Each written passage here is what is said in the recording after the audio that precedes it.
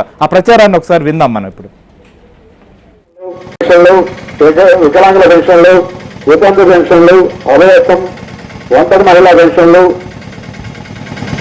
పొందేవారు రేపు ఉదయం 8 గంటలకు మన గ్రామంలోని సచివాలయ వద్దకు పెన్షన్ పుస్తకం కాకుండా ఆధార్ కార్డు వచ్చి పెన్షన్ పొందవలసిందిగా మనం చేస్తున్నాం. ఇట్లా గ్రామ పంచాయతీ కార్యదర్శి కొత్తపేట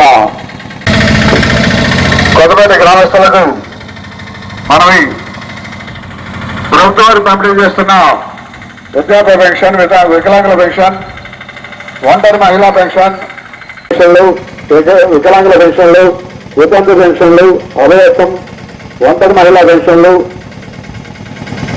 పొందేవారు రేపు ఉదయం 8 గంటలకు మన గ్రామంలోని సచివాలయ వద్దకు పెన్షన్ పుస్తకం కాకుండా ఆధార్ కార్డు వచ్చి పెన్షన్ పొందవలసిందిగా మనం చేస్తున్నాం.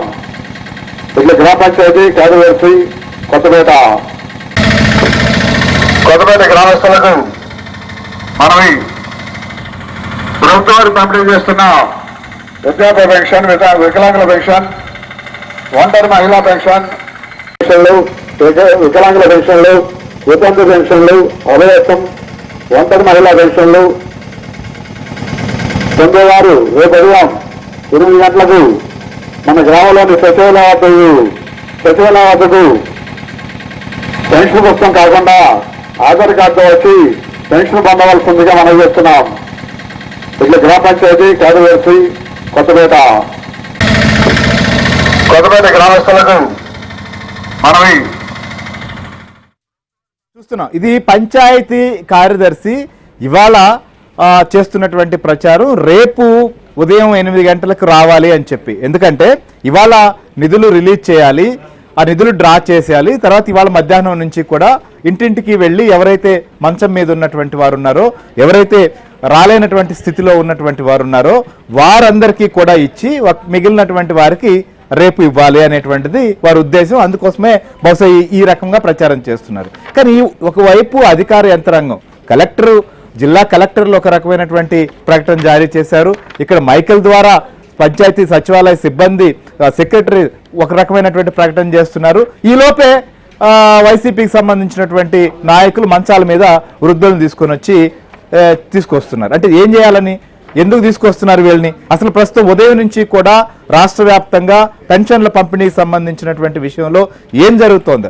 మనం ఏబిఎన్ కూడా చాలా స్పష్టంగా సచివాలయాల వద్ద ఫోకస్ పెట్టాం. ఉదయం నుంచి జరుగుతున్నటువంటి ప్రతి అంశాన్ని కూడా ఏబిఎన్ స్క్రీన్ పైన కళ్ళగట్టుగా ఇచ్చినట్టుగా ఇవ్వాలని చెప్పి ఉద్దేశంతో.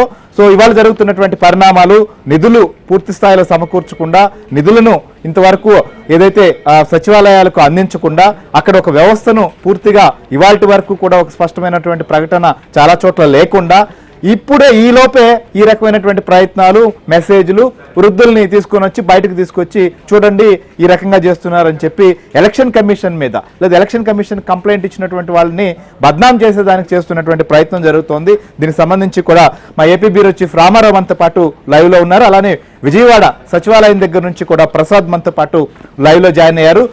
వెంకట్రావు ఒంగోలు నుంచి కూడా అక్కడ ఉన్నటువంటి సచివాలయం దగ్గర నుంచి మనతో పాటు లైవ్ లో ఉన్నారు. ఇక సుంకన్న కర్నూలు నుంచి కూడా మనతో పాటు లైవ్ లో ఉన్నారు. సో అక్కడ సచివాలయం దగ్గర ఉదయం నుంచి కూడా ఏం జరుగుతోంది అనేటువంటిది. రామారావు చెప్పండి, ముఖ్యంగా ఇప్పటికైనా పెన్షన్లకు సంబంధించినటువంటి 1850 కోట్ల రూపాయల నిధులను విడుదల చేయడం కావచ్చు, అక్కడ డ్రా చేసుకునేటువంటి పరిస్థితి కావచ్చు, ఇంకైనా ఉందా? ఇంకా కూడా పెన్షన్దారులని ఇబ్బంది పెట్టేందుకు వాటిని ప్రతిపక్షాలపైనో లేదా ప్రజాస్వామ్యవాదులపైనో నెట్టేసేటువంటి కుట్రని, లేదా ఈ ఎండ సమయంలో ఇంతటి 40 డిగ్రీలు దాటుతున్న సమయంలో వృద్ధులను కావచ్చు, వికలాంగులను కావచ్చు ఇబ్బంది కలిగించేటువంటి ప్రయత్నాలు కూడా జరుగుతున్న నేపథ్యంలో పెన్షన్దారులకు సంబంధించి అధికారులు చెప్పింది ఏంటి, ఇప్పుడు జరుగుతున్నది ఏంటి? శ్రీహరి, పెన్షన్లకు సంబంధించి నిన్న అధికారులు ఇచ్చిన మార్గదర్శక సూత్రాలు బట్ క్షేత్రస్థాయిలో జరుగుతున్న పరిస్థితులు మాత్రం పూర్తి విభిన్నంగా ఉన్నాయి. ప్రధానంగా ఆంధ్రప్రదేశ్లో పెన్షన్లకు సంబంధించి కేంద్ర ఎన్నికల కమిషన్ ఇచ్చిన ఆదేశాలకు అనుగుణంగా పెన్షన్లను ఇంటి వద్దకే పంపిణీ చేయాల్సి ఉన్నప్పటికీ కూడా రాష్ట్ర ప్రభుత్వం మాత్రం ఎందుకు నిర్ణయం తీసుకుందో తెలియదు కానీ 3 రోజుల పాటు సచివాలయాల దగ్గరే పెన్షన్లు పంపిణీ చేస్తామని చెప్పింది. అంతకుముందు తెలుగుదేశం బృందం చీఫ్ సెక్రటరీని కలిసిన రోజు మా వద్ద నిధులు ఉన్నాయని చెప్పారు. కానీ నిధులుంటే మరి ఈ రోజు ఉదయం నుంచి పెన్షన్లు ఇవ్వకుండా ఈ రోజు మధ్యాహ్నం తర్వాత పెన్షన్లు ఇస్తామని, రేపటి నుంచి ఉదయం 8 గంటల నుంచి ఇస్తామని చెప్పారు. నిన్న సెక్యూరిటీ బాండ్ల వేలం ద్వారా తీసుకొచ్చి 4,000 కోట్ల రూపాయలు నిన్న సాయంత్రానికి ఖజానాలో జమ అయ్యాయి. ఈ రోజు ఉదయం సచివాలయాల్లో ఉండే వెల్ఫేర్ అసిస్టెంట్లు వెళ్ళి వాటిని డ్రా చేసి తీసుకొచ్చి ఇవ్వాల్సి ఉంటుంది. అయితే దీనికి సంబంధించి ఈ లోపే వైసీపీ మాత్రం తెగ హడావుడి పడిపోతుంది.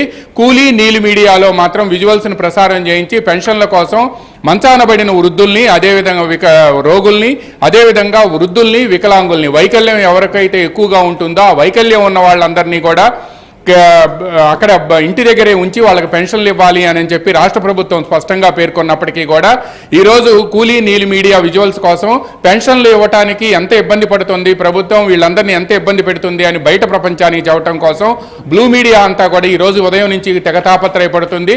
ఒకేసారి ఒక 10 మందిని మంచాల మీద తీసుకొచ్చి సచివాలయాల దగ్గరికి తీసుకొస్తుంది పెన్షన్ల కోసం అని చెప్పి.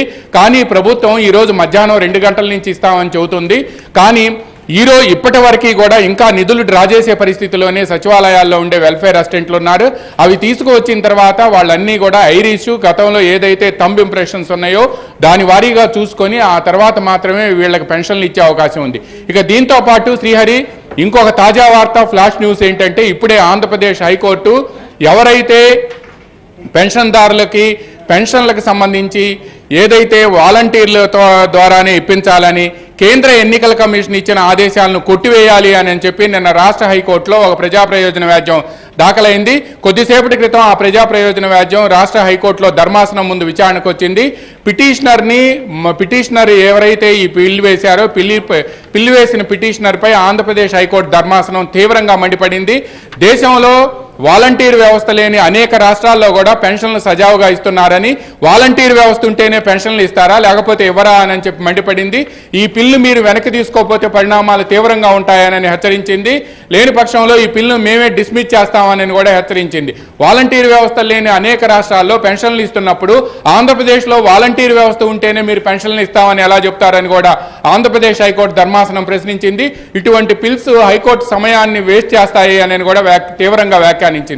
ఈ నేపథ్యంలోనే ఇప్పుడు ఆంధ్రప్రదేశ్లో ఇప్పుడు జరుగుతున్న డ్రామా ఏంటంటే అరేంజ్డ్ డ్రామాలు జరుగుతున్నాయి. వైసీపీకి సంబంధించిన కొంతమంది కీలక నేతలు తమ సానుభూతి పరులు ఎక్కడైతే ఉన్నారో వాళ్ళందరితో కూడా మంచానబడిన వృద్ధులు, వికలాంగులు, వితంతువులు ఎవరైతే ఉంటారో వాళ్ళందరినీ కూడా మంచాల మీద సచివాలయాలకు తీసుకొచ్చి ఆ విజువల్స్ మొత్తాన్ని కూడా షూట్ చేయించి వాటన్నిటినీ కూడా టెలికాస్ట్ చేయించాలి బ్లూ మీడియాలో అని ఒక పథకం పన్నారు.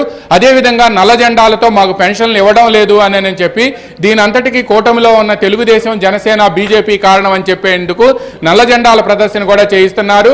బట్ అక్కడ సచివాలయంలో మన డబ్బులు ఉన్నాయి, మా దగ్గర డబ్బులు ఉన్నాయి, మేము డబ్బులు ఇవ్వడానికి సిద్ధంగా ఉన్నాం, పెన్షన్లు ఇవ్వడానికి సిద్ధంగా ఉన్నామని చీఫ్ సెక్రటరీ మన టీడీపీ బృందంతో చెప్పారు.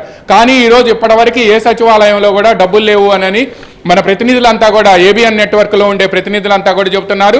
పైగా అవనిగడ్డ నియోజకవర్గంలో, ఉమ్మడి కృష్ణా జిల్లాలోని అవనిగడ్డ నియోజకవర్గంలో ఏకంగా పంచాయతీ సెక్రటరీలు మైకుల ద్వారా ప్రచారం చేయిస్తున్నారు.